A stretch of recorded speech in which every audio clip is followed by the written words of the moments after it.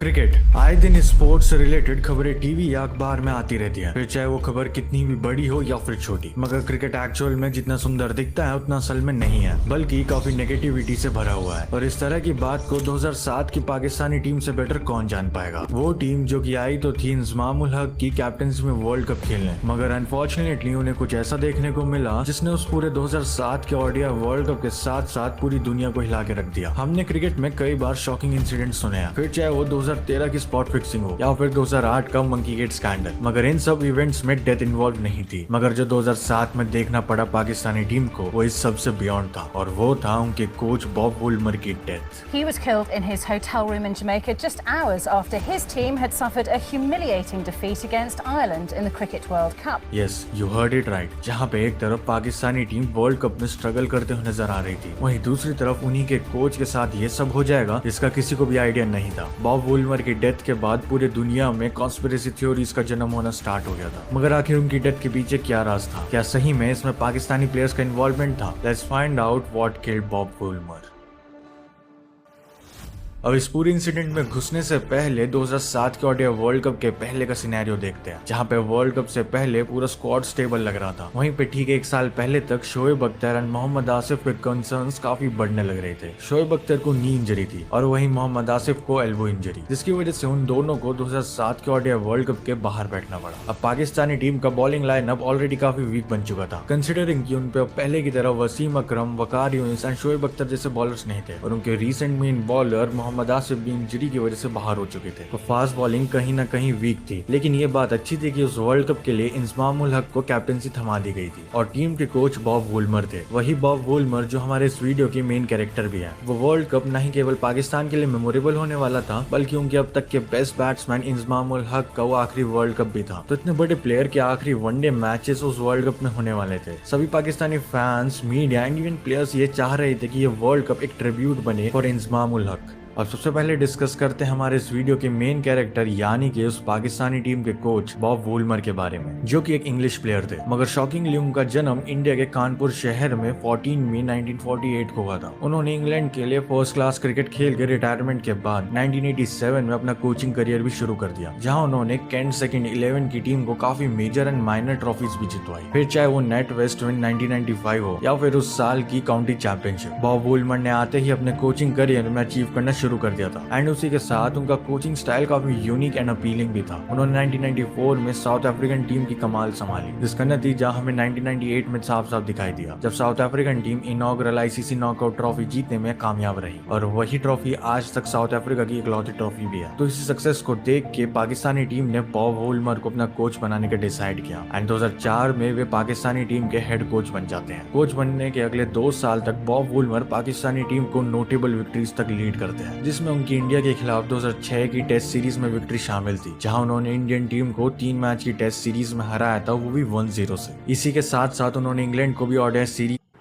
वो भी 1-0 से। इसी के साथ साथ उन्होंने इंग्लैंड को भी ODI series and test series में हराया था, जो कि उस टाइम पे एशेज जीत के आ रही थी। अब इन्हीं कुछ पॉजिटिव्स एंड नेगेटिव्स के साथ पाकिस्तानी टीम चली जाती है 2007 का ओडीआई वर्ल्ड कप खेलने। एज डिस्कस अर्लियर, उनके स्क्वाड में कोई मेन फास्ट बॉलर नहीं था, एंड इवन उस स्क्वाड में एक्सपीरियंस की कमी साफ साफ नजर आ रही थी। उस वर्ल्ड कप का फॉर्मेट थोड़ा डिफरेंट था, एंड उसके हिसाब से पाकिस्तान को 3 मैचेस ग्रुप स्टेजेस में जीतने पड़ेंगे, एंड उसके बाद ही वो आगे के मैचेस के लिए क्वालिफाई कर पाएगी, जिसे सुपर 8 भी कहते हैं। अब ग्रुप मैचेस में उतनी बड़ी चुनौती नहीं थी। पाकिस्तान के सामने फॉर्म खो चुकी वेस्ट इंडीज, आयरलैंड और जिम्बाब्वे थी, जिसकी वजह से हर पाकिस्तानी फैन सीधा सुपर 8 के बारे में सोच रहा था। जब इंडिया उस वर्ल्ड कप में पहले ही राउंड में बाहर हो सकती है, तो पाकिस्तानी टीम क्या चीज है। तो एटलीस्ट 2 मैचेस जीतने थे, लेकिन किसे पता था कि जो पाकिस्तान सोच के जा रही थी उसका बिल्कुल अपोजिट होने वाला है, क्योंकि अपना पहले ही मैच पाकिस्तान वेस्ट इंडीज से हार जाती है। पाकिस्तान को उस मैच में 242 का टारगेट चेस करना था, लेकिन वो 187 के टोटल पर आते ही क्रम्बल कर जाती है, एंड वो मैच गवा बैठती है। अब उनके लिए अगला हर एक मैच नॉकआउट मैच में कन्वर्ट हो चुका था, और एक हार उनके सुपर 8 के सपनों को खत्म करने की पावर रखती थी। पाकिस्तान का अगला मैच आयरलैंड के खिलाफ था, एंड अनफॉर्चुनेटली पाकिस्तान वो मैच हार जाती है, और किसी बड़ी टीम से नहीं बल्कि आयरलैंड से उन्हें हार का सामना करना पड़ता है, एंड इसी के चलते उनके सुपर 8 के सारे रास्ते बंद हो गए। आयरलैंड की बॉलिंग के सामने पाकिस्तान केवल 132 रन ही बना पाए, एंड इन एक्सपीरियंस बॉलिंग के सामने आयरलैंड ने वो मैच 3 विकेट से अपने नाम कर लिया। बट उसके बाद जो हुआ वो क्रिकेटिंग वर्ल्ड से कुछ अलग ही था। एक तरफ पाकिस्तान ने आयरलैंड से हार कर वर्ल्ड कप हिस्ट्री का एक बहुत बड़ा अपसेट दे दिया था, तो वहीं दूसरी तरफ पीठ पीछे एक तूफान पनप रहा था जिसका किसी को भी कुछ आइडिया नहीं था। डेट थी 17 मार्च 2007, वो दिन जब पाकिस्तान और आयरलैंड के बीच मैच हुआ था। इसके बाद सभी Pakistani fans and media Pakistani team को क्रिटिसाइज करने में लगे हुए थे एंड किसी को भी आइडिया नहीं था कि उन्हें अब और कितना बुरा देखने को मिलने वाला है। पाकिस्तान की शॉकिंग डिफीट के ठीक अगले दिन यानी 18 मार्च 2007 को Bob Woolmer Pakistani head coach की अनकॉन्शियस मिलने की खबर सामने आती है, जिसे सुनकर पूरा क्रिकेट मीडिया शॉक में चला जाता है। ये खबर जमाइका के पेगासस होटल से आती है जहाँ पे पूरी पाकिस्तानी टीम रुकी हुई थी एंड सरप्राइजिंगली बॉब वुलमर को वहीं पर अनकॉन्शियस स्पॉट किया जाता है। बॉब वुलमर को सबसे पहले होटल के स्टाफ के द्वारा देखा गया था और उसके तुरंत बाद ही स्टाफ की तरफ से उन्हें यूनिवर्सिटी हॉस्पिटल ले जाया जाता है। उनकी जिंदा रखने की तमाम कोशिश करने के बावजूद उनकी डेथ हो जाती है एंड उन्हें डेड डिक्लेयर किया जाता है। उनकी डेथ के इंसिडेंट के बाद मानो एक शॉक वेव सी दौड़ पड़ी पूरे ही क्रिकेटिंग वर्ल्ड में, क्योंकि एक क्रिकेट टीम के कोच का बीच वर्ल्ड कप में इस तरह से मर जाना पूरी तरीके से अनएक्सपेक्टेड था। इनिशियल रिपोर्ट्स में ये स्पेकुलेट किया जाने लगा कि उनके डेथ के वेरियस कॉजेज हैं, इंक्लूडिंग हार्ट अटैक। अब डेथ का कॉज चाहे कुछ भी हो, लेकिन ये जरूर कंफर्म था कि डेथ का कॉज सस्पिशियस जरूर है। इसी के चलते जमाइकन पुलिस ने इमीडिएटली इन्वेस्टिगेशन शुरू कर दी। उन्होंने पूरे होटल फ्लोर को सील्ड ऑफ कर दिया एंड वुलमर के रूम के फॉरेंसिक एग्जामिनेशंस करने शुरू कर दिए। यहाँ पे बॉब वुलमर की ऑटोप्सी चल रही होती है। वहीं पे उसी दौरान पाकिस्तान का मैच जिम्बाब्वे से हो रहा था। पाकिस्तान जिम्बाब्वे को कन्विंसिंगली 93 रन से हरा देती है, लेकिन जस्ट इमेजिन उन पाकिस्तानी प्लेयर्स पे क्या बीत रही होगी। एक मैच जीत जाना, वो भी तब जब ठीक 2 दिन पहले आप ही के कोच की मौत एक अनआइडेंटिफाइड तरीके से हुई हो। पहले इन्वेस्टिगेशन चलती रहती है एंड अपडेट 22 मार्च आ जाती है और पुलिस ये रिवील करके बताती है कि उन्हें ये लग रहा है कि ये एक मर्डर है, ना कि कोई नेचुरल कॉज से हुई डेथ। पुलिस फर्दर बताती है कि बॉब वुलमर की डेथ शायद स्ट्रैंगल तरीके से हुई, यानी कि किसी ने उनका गला दबा के मारा है। अब चीजें यहाँ से कई गुना बिगड़ने वाली थी कि मर्डर के चांसेस जो इन्वॉल्व हो चुके थे इसमें, मगर इसकी पुलिस जांच पड़ताल कर रही थी एंड इस बात की कोई प्रॉपर कंफर्मेशन नहीं थी। पाकिस्तान टीम पूरे तरीके से वर्ल्ड कप से बाहर हो चुकी थी। सभी जगह से बॉब वुलमर के लिए ट्रिब्यूट्स आ रहे थे। ये सब कुछ दिनों तक चलता है। पुलिस और इन्वेस्टिगेशन टीम के द्वारा एक फाइनल वर्डिक्ट आता है। इस फाइनल वर्डिक्ट में सिंपली जमाइकन पुलिस बॉब वुलमर की डेथ को एक नेचुरल कॉज का नाम देती है और ये केस यहीं पे एंड हो जाता है।